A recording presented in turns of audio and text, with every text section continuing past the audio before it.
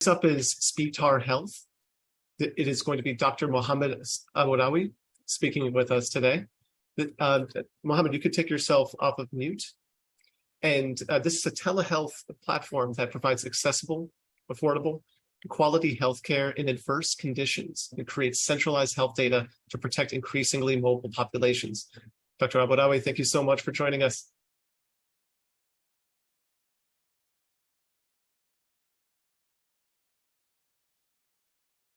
We could see your screen just fine. Perfect. Okay. I was just having an issue. Can you see my slides? Yes. Okay, perfect. Hi, everyone. Rows and rows of ambulance cars, bumper to bumper. Most people would assume this is a picture of a gate of a hospital or some kind of medical facility. It isn't. This is the Libyan-Tunisian borders, and these are ambulances carrying patients who couldn't find care within their own country. For the thousands who couldn't afford such an expensive and burdensome travel option, they end up risking not getting the proper care they need. I took this picture back in 2011 and printed it out, kept it in my back pocket ever since, as a reminder of the situation back home in Libya. However, this is not unique to Libya. A quarter of the world's population, over 2 billion people, live in countries deemed fragile with limited or no access to quality care. 50% cannot obtain essential healthcare services, and emphasizing on what was mentioned earlier by my colleague Earline, 18 million new healthcare workers are needed globally today. My name is Mohamed Aburawi, a Libyan doctor and founder and CEO of Speetar. In our local dialect, Speetar means a place of care, refuge, and healing. And at Speetar, we are on a mission to heal, ensuring quality care access for vulnerable communities in fragile settings through scalable and sustainable digital solutions for, first of all, remote health provision, education and local healthcare workforce capacity building, and most importantly, community-based advocacy and leadership, responding to urgent health challenges while building a sustainable and resilient care system. You see, the equation is simple. Access to reliable quality healthcare with continuity saves lives and creates opportunity. Speetar's platform is an innovative digital healthcare marketplace, allowing end-to-end exchange of value between stakeholders that have been previously disconnected. We're unique in not only that we connect patients to their remote providers, making sure there is a language and cultural fit, but also linking providers to each other to support local healthcare workforce capacity building through integrated e-learning modules and training that is tailored for the local context. Speetar's on-ground health dots that are built in regions of low or limited connectivity fill a gap in areas where further physical assessment is needed for the cases that are seen virtually. We've also included a safe and secure cloud-based EMR, collecting previously non-existent healthcare data, connecting labs, clinics, surveillance units, and diagnostic facilities for efficient information flow, and to enhance data-driven insight for local stakeholders and officials that is generated at each point.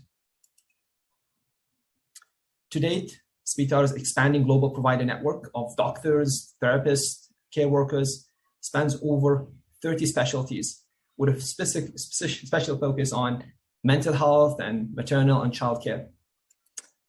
Speetar's solution has been vetted and trusted by impact partners from governments, insurance companies, NGOs, and development organizations. And these are some of the partners that we chose to highlight today, such as UNDP, the National Diabetic Institution, and the Libyan Ministry of Health.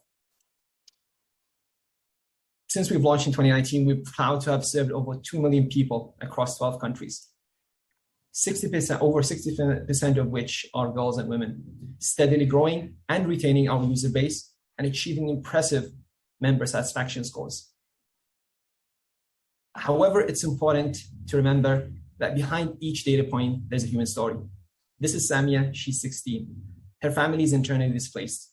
Samia has diabetes. Prior to using Speetar, her diabetes was unmonitored and with potentially life-limiting consequences because of the lack of nearby specialists in her town, and she could not afford to make the lengthy trips. With Speetar, Samia now works with her remote provider and has her blood sugar under control. Samia is one of the thousands of patients that we've served over the past years. As we move forward, we have some ambitious goals.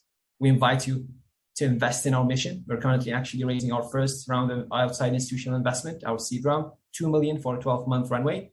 Join our team and be part of our brain trust. Guide us as a member of our advisory board, but also refer us to impact clients and partners to help us scale our reach.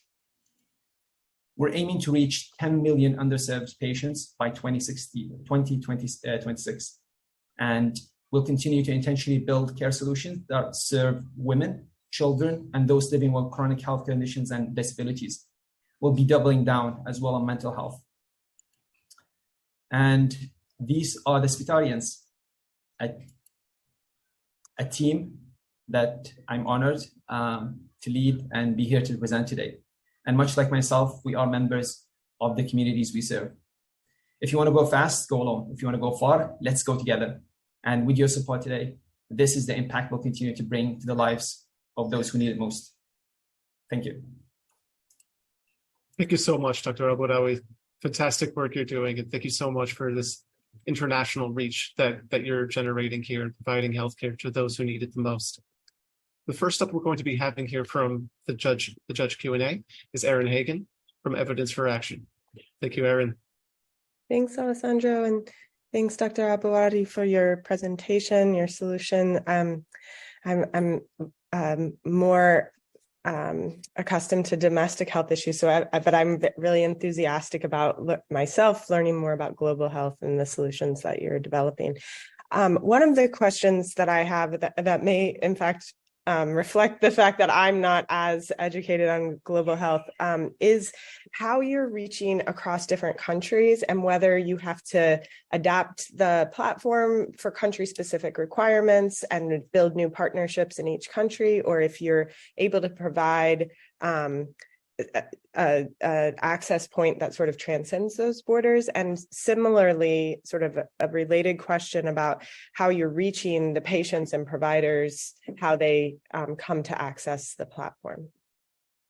Great question. Thank you so much. And obviously, these are questions that we get a lot, and it gets to the core of kind of our business model and how the platform is built. So we are a US-based C Corp, and we chose to be that way because we wanted to kind of have a solid and stable investment vehicle as we grow. The solution is licensed to local entities and partners. So we have entities in Jordan, in Egypt, in Libya, where we piloted our solutions. And the way we scale is by working with these local entities and partners. So if I would use Libya as a case study here, when we first entered the Libyan market, we worked with the health ministry back in 2020. And then they basically integrated their solutions with their different distribution channels through the National Center of Disease Control, the National Institute of Diabetes, and we were able to kind of to reach these pockets of patients that have been previously unserved. And obviously with each country and each specific geography, there is legal concerns and making sure that we have the providers that are actually accredited to practice in that specific region. So usually our work, or at least in the beginning, has been mostly connecting physicians in the diaspora. So Syrian doctors, Libyan doctors, Nigerian doctors abroad to their communities back home where they're needed most, and where not only their medical skill, but also their understanding of the language and the local context was much needed. Thank you so much for your answer. Thank you, Erin. Tarika, can you take it from here? All right. So thank you for that presentation, Dr. Aburawi. So I have a question regarding, so you talked about this telemedicine platform that you're hoping to have a global reach. And I had a question as far as like what needs assessment so you talked about working with, different like local licensing to local partners, but what type of needs assessment did you do in the beginning to figure out how you were coming up with this, your initial MVP, and how do you tailor it for specific communities? So starting by our first pilot in Libya, our needs assessment was my grandma, and okay. That's why I work and just being there on some of these ambulance cars before I got my medical license and actually taking her across the border because sometimes we would not find the proper care. And again, these are extreme scenarios, right? Like if someone needs an ambulance car, we're not going to tell them, okay, you can see a doctor online. But again, that's kind of the build-up of years of underinvestment in the healthcare system and seeing many of these conditions kind of accelerate and you have these chronic situations. So for us, many of these needs are documented by the local communities and champions that we work with. In Libya, obviously, I had the understanding of the context, but now we are scaling in Sudan with the conflict that's going on.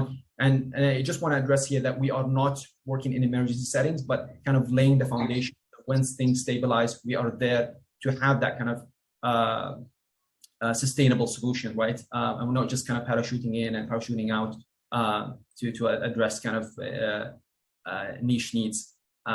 So again, the needs assessment has been through surveys, working with local academic institutions, and in certain communities, it's mental health, in others, it's maternal care. There is kind of now a growing issue about mental health and autism not being addressed in certain communities because there's no specialists to work with that. So what we do is kind of create that marketplace and allow for exchange of value because sometimes there's no payments enabled, there's no health records to work on. So we kind of work and build that kind of modularized system for that specific context. But again, it is kind of community-led, and that's kind of how we see our differentiating factor as opposed to a traditional kind of telehealth platform. Thank you. Thank you so much for your question, Tarika, and thank you, Erin, as well. Thank you, Dr. Aburawi, for the great work you're doing and for the Q&A. We're looking forward to your next steps.